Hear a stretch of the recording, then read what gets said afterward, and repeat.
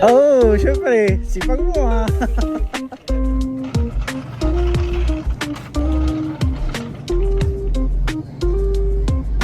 Sis, malapit na summer oh. Sabi mo sa asawa mo.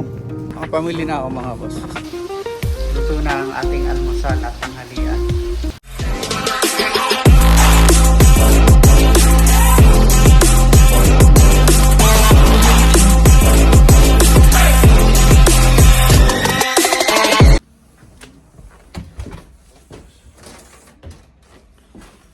Magandang umaga mga boss. Kamusta po kayo? Tama po kayo ay safe ngayong oras na to mga boss. Kung nasaan man po kayo nandun ngayon. Ngayon po ay araw na ng Sabado dito sa Canada. Medyo malamig ang panahon. Pinastart ko rin sa sasakyan ko eh. At wala akong pasok sa full time ko.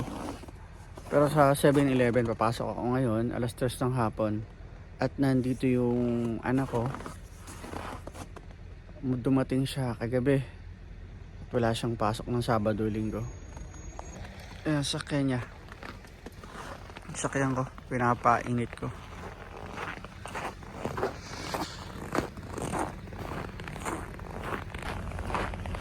Samahan po ninyo ako at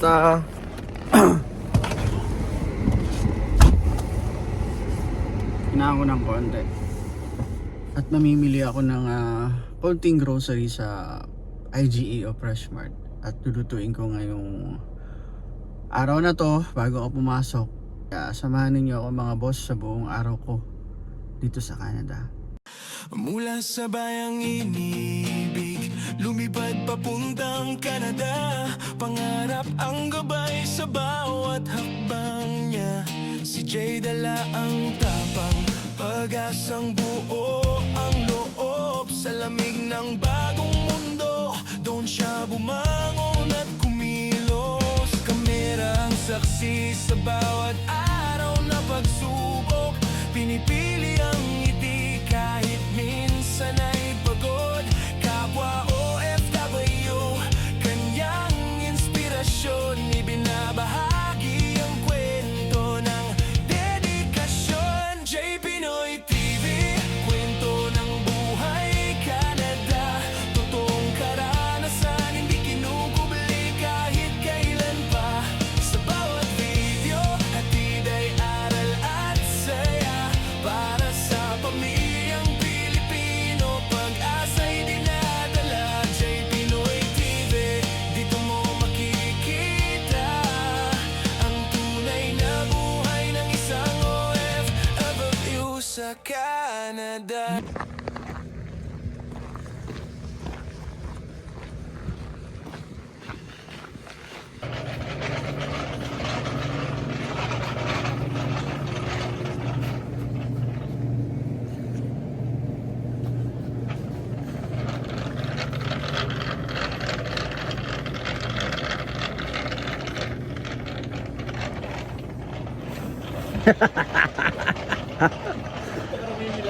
Oo, syempre. Sipag mo ha. Pinabibili ni Commander. Wait lang. Sis, malapit na summer oh. Sabi mo sa asawa mo.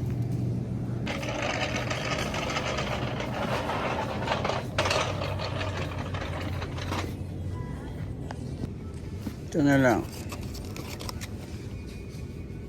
Dito ako dati nagtatrabaho.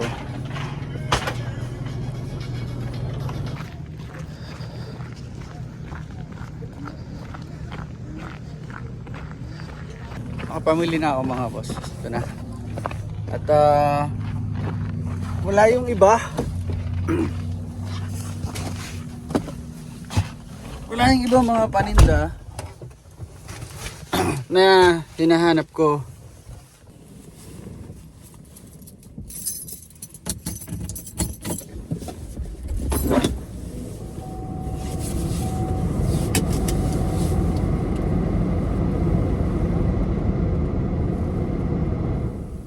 Nakita nyo to, paborito ko tong suot mga boss.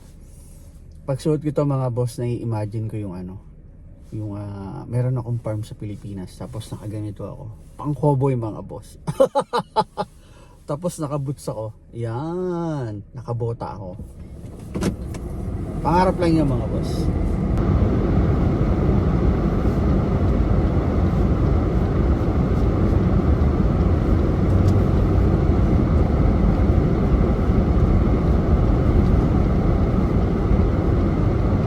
Bahay na tayo mga boss. Dalawang tindahan yung ating binilhan. 'Di ba malaking tulong kapag dalawa yung tindahan na ganyang maliit na supermarket, 'di ba? Kung wala dito sa isa, meron naman dito sa isang tindahan. At minsan sa kabilang tindahan nagsa-sale, dito wala. So, kung saan ka makatipid, 'di ba? So, malaking bagay 'yun. Yung kahit yung original price ay $4, tapos bibili mo lang ng $3 something. 'Di ba malaking bagay 'yun, lalo na sa ating mga Pilipino, 'di ba? Tayo mga Pinoy, kung saan tayo mas makakatipid, 'yun yung ating ginagawa.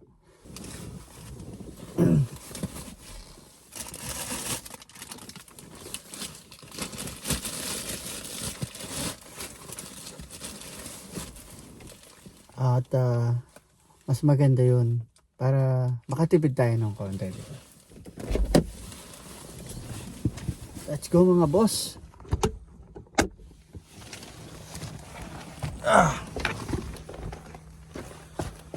Magluto naman tayo ng almusal kasama na ang tanghalian. Diretso na yun mga boss. Pag nagising ka ng mga alas 11 o 10:30, tanghalian mo na yun. Ang bihira. Lalo na yung anak ko, pag naaral siya dito, late na siya natutulog kasi naglalaro sila ng mga barkada niya, mga Pinoy. Yan talaga pag mga kabataan.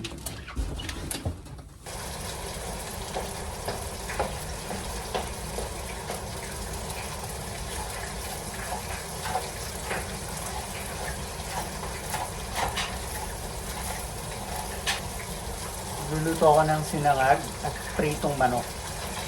Isa yan sa paborito na anak ko. Madalang kasi siyang umuwi sa amin. Madalang talaga namin siya makasama.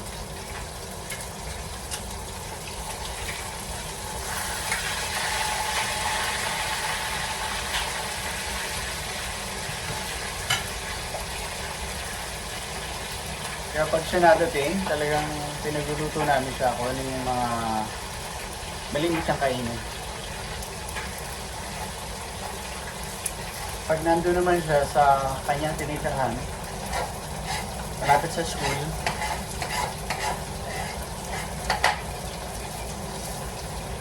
sabi niya sa amin, sa umaga, hindi na siya nakakapag-almusal, doon na siya nag-aalmusal sa school niya. Bago mag-umpisa yung kanyang oras ng pasok, nakain na siya dun sa kantin.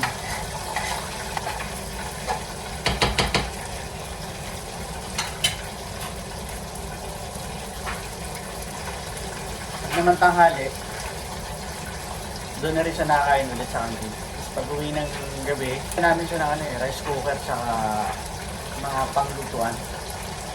Nagluto siya ng itlog, pritong manok. Mahilig sa mga sa prito.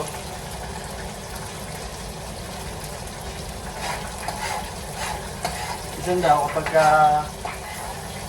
pagod siya, bili na lang siya ng pagkain sa labas.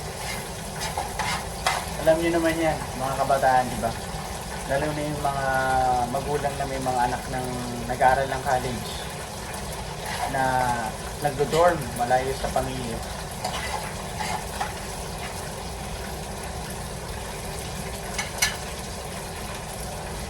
Dati malakas siyang kumain, pero ngayong binata na siya, medyo parang nagbawas yun ng pagkain. Lalo sa kanin, halos konti na lang kinakain ko.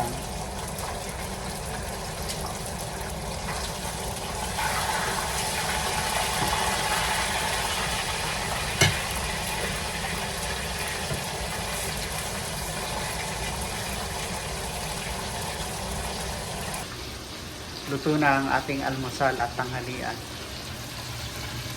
Sinangag mga boss. At pritong manok. Kain na tayo.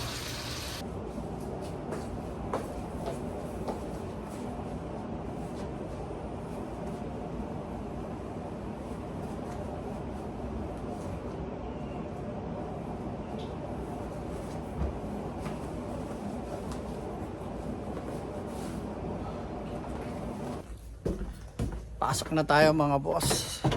Nagbaon ako ng konting kanin tsaka corn beef. Niluto ko kanina. Nagluto ako na pritong manok tapos corn beef. Nagluto rin ako ng sinangag at plain rice mga boss.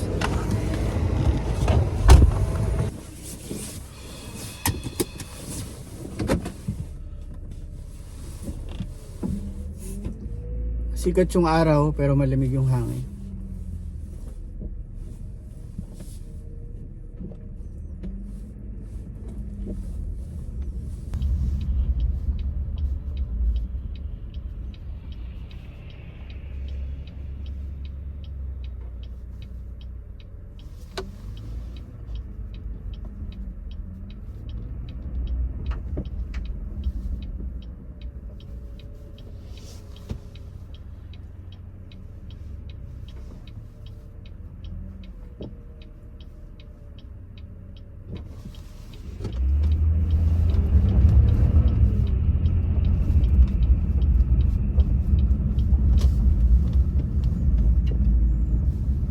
Dito na tayo sa 7-Eleven.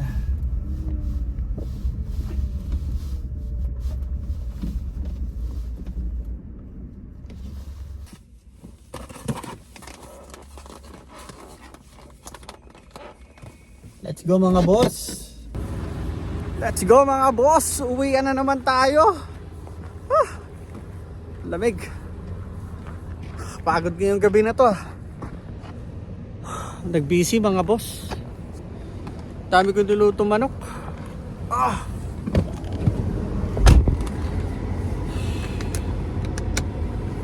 Ay no. 10 minutes na to naka-start mga boss. In-start ko talaga to.